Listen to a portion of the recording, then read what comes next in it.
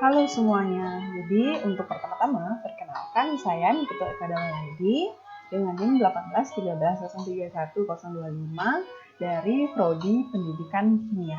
Nah, pada kesempatan kali ini, saya akan mempresentasikan ujian akhir semester dari mata kuliah Perencanaan Kewirausahaan.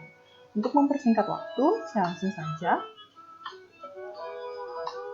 Nah, yang pertama, kewirausahaan dalam bidang pendidikan. Apakah kewirausahaan dalam bidang pendidikan itu penting untuk dilakukan? Mari kita simak. Jadi, negara maju adalah negara yang 14% masyarakatnya seorang wirausaha. Sedangkan di Indonesia jumlah wirausaha masih sangat minim, sehingga tidak menutup kemungkinan wirausaha di bidang pendidikan menjadi sebuah batu loncatan bagi mahasiswa di bidang pendidikan untuk membuka usahanya. Nah, hal ini tentu mampu membuka peluang usaha yang lebih besar sehingga nantinya seorang lulusan kependidikan tidak hanya berpatokan menjadi seorang pendidik. Contoh usaha yang bisa dilakukan lulusan kependidikan di bidang pendidikan adalah dengan cara membuka bimbel, membuka sekolah, ataupun hal-hal lainnya yang masih berhubungan dengan pendidikan. Selain itu, dengan menyediakan bahan ajar pun masih masuk ke dalam wirausaha di bidang pendidikan. Kita lanjutkan. Nah, untuk yang selanjutnya adalah langkah-langkah dalam mendirikan bimbel.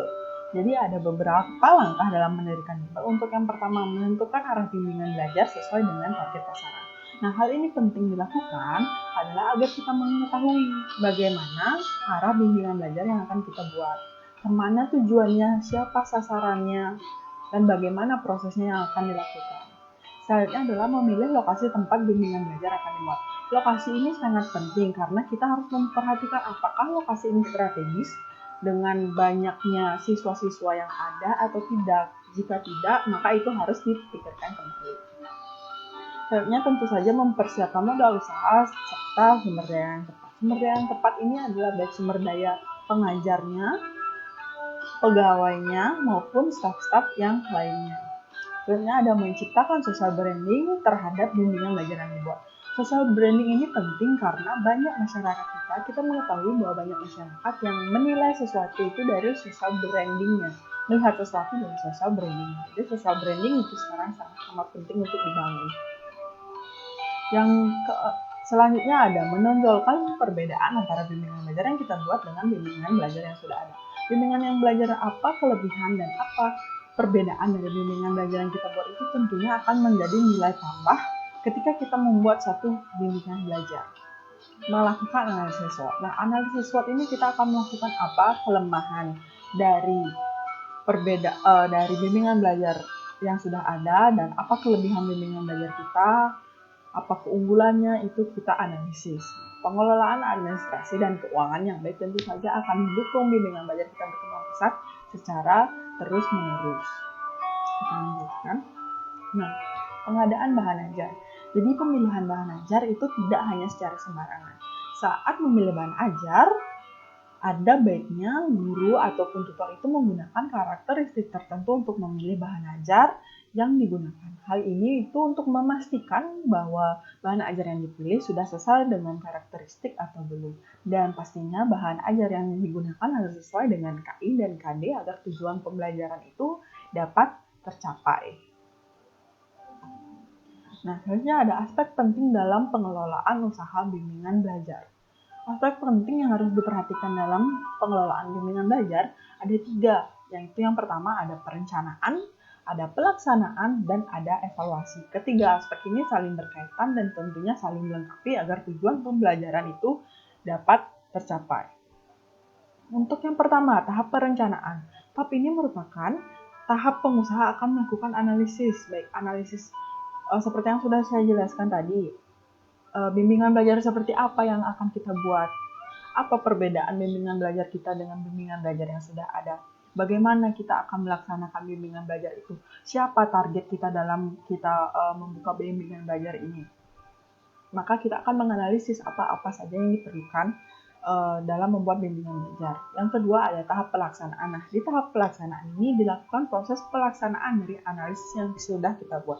Jadi kita sudah menganalisis, sesudah kita analisis, kita akan mempraktekannya atau kita akan melaksanakannya. Bagaimana cara kita memperlakukan siswa, bagaimana cara kita memperlakukan murid, itu kita akan praktekkan, baik administrasi ataupun semuanya.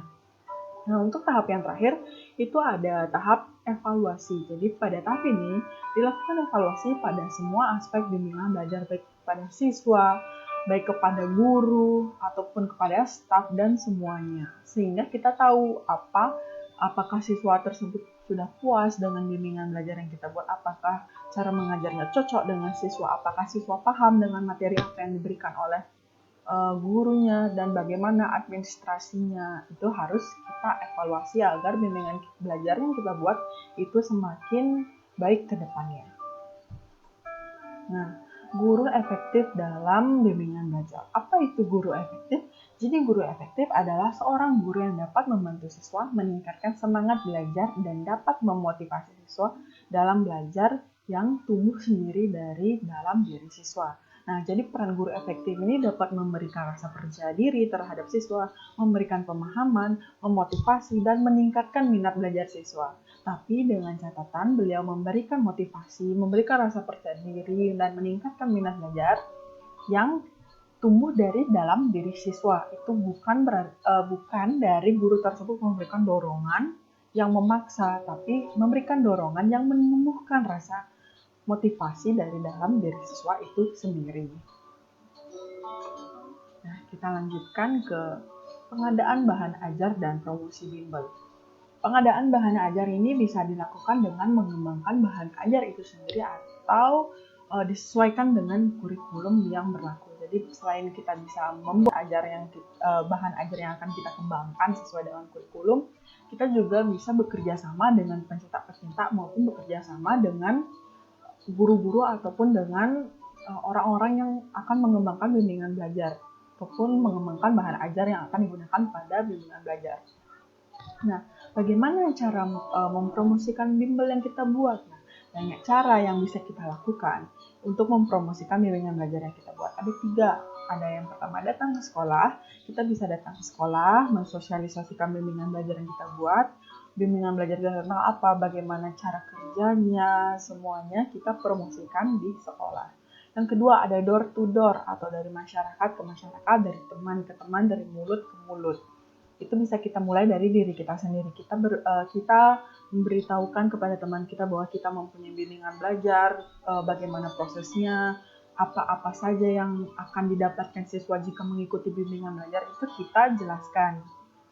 Sama seperti datang ke sekolah, hanya objeknya itu berbeda seperti itu. Nah, yang ketiga ada promosi secara online.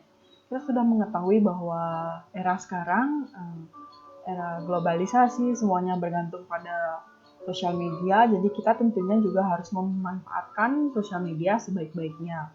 Kita bisa melakukan promosi melalui web, melalui Instagram, Facebook, dan lain sebagainya, maupun kita bisa mempromosikan melalui WhatsApp. Untuk yang selanjutnya ada customer service. Apa itu customer service?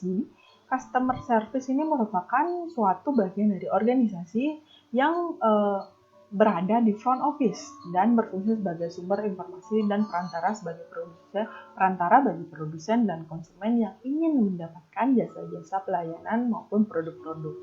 Nah, apa saja tugas dari customer service? Yang pertama ada memberikan informasi. Informasi apa? Informasi yang berkaitan dengan perusahaan. Jadi, customer service lah yang memberikan informasi. Selanjutnya, customer service itu harus memberikan pelayanan yang ramah kepada konsumen.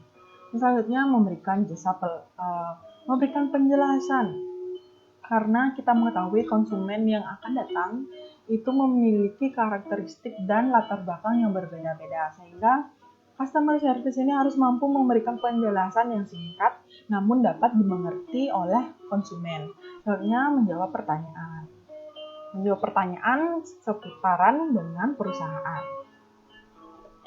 Nah, apa saja aspek-aspek dalam laporan keuangan? Yang pertama ada sumber dana, yang kedua laporan laba rugi, yang ketiga neraca keuangan, yang keempat ada investasi, yang kelima ada cash flow, dan yang terakhir ada laporan ekuitas pemilik. Baik, sekian yang dapat saya presentasikan. Saya mengucapkan terima kasih. Apabila ada kesalahan kata, saya mohon maaf. Saya tutup dengan terima kasih.